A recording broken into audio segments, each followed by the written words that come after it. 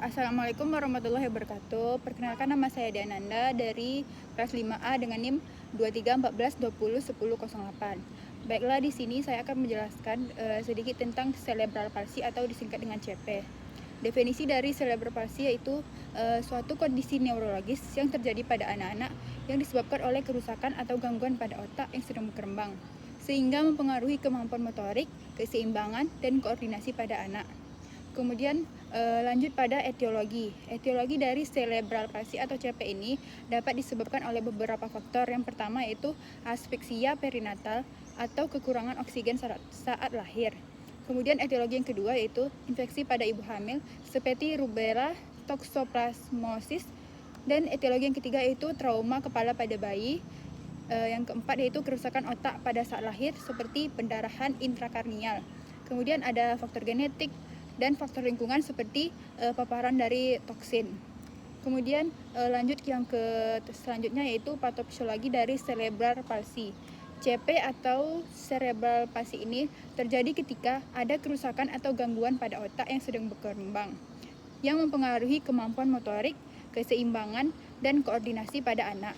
Nah, jadi kerusakan ini tuh dapat terjadi pada beberapa area otak termasuk seperti korteks motorik, basal ganglia, cerebrum, sumsum tulang belakang. Kemudian selanjutnya yaitu ada yang keempat yaitu manifestasi klinis dari cerebral palsy. Nah, jadi manifestasi klinis dari cerebral palsy atau CP ini dapat bervariasi. Tetapi beberapa gejala yang umum termasuk diantaranya itu yang pertama ada keterlambatan perkembangan motorik, kemudian yang kedua yaitu kelemahan otot, yang ketiga yaitu spastisitas, kemudian ataksia atau kehilangan keseimbangan, kemudian tremor, gangguan bicara, kemudian gangguan penglihatan, dan yang terakhir yaitu gangguan pendengaran. Kemudian selanjutnya yaitu di sini ada komplikasi dari cerebral palsy.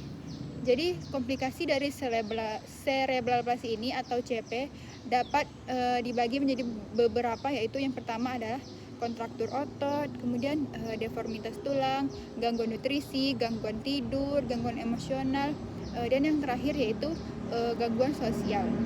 Kemudian selanjutnya yaitu pemeriksaan penunjang. Pemeriksaan penunjang yang dapat dilakukan untuk mendiagnosis cerebral palsy atau CP ini yang pertama yaitu ada pemeriksaan fisik, kemudian yang kedua itu pemeriksaan neurologis, kemudian yang ketiga itu elektroensefalogram atau yang disingkat dengan EGG, kemudian pemeriksaan pencitraan seperti CT scan atau MRI, kemudian pemeriksaan yang terakhir yaitu tes laboratorium seperti tes darah. Kemudian selanjutnya yaitu di sini ada penata laksanaan medis. Nah, jadi penata laksanaan medis dari CP atau cerebral palsy ini dapat termasuk dan dapat dibagi menjadi beberapa poin, yaitu yang pertama ada terapi fisik, kemudian yang kedua itu terapi okupasi, kemudian yang ketiga terapi bicara, kemudian yang keempat ada terapi perilaku, kemudian selanjutnya penggunaan obat-obatan seperti antispasmodik, kemudian antikonvulsan, kemudian operasi seperti operasi ortopedik, dan yang terakhir yaitu bantuan teknologi seperti kursi, roda, dan alat bantu jalan. Kemudian selanjutnya yaitu diagnosa keperawatan dari cerebral palsy atau CP. Diagnosa yang pertama yaitu gangguan mobilitas fisik bayi berhubungan dengan peningkatan tonus otot dan gangguan neuromuskular. Kemudian diagnosa yang kedua yaitu gangguan komunikasi verbal berhubungan dengan gangguan fungsi motorik dan neurologis. Kemudian yang terakhir yaitu ada intervensi keperawatan dari cerebral palsy atau CP. Yang pertama intervensinya yaitu meningkatkan kemampuan motorik dan keseimbangan pada bayi. Kemudian yang kedua yaitu mengurangi spastisitas dan kontraktur otot. Kemudian yang ketiga yaitu meningkatkan kemampuan komunikasi dan interaksi sosial. Dan yang terakhir yaitu meningkatkan kualitas hidup bayi dan keluarga.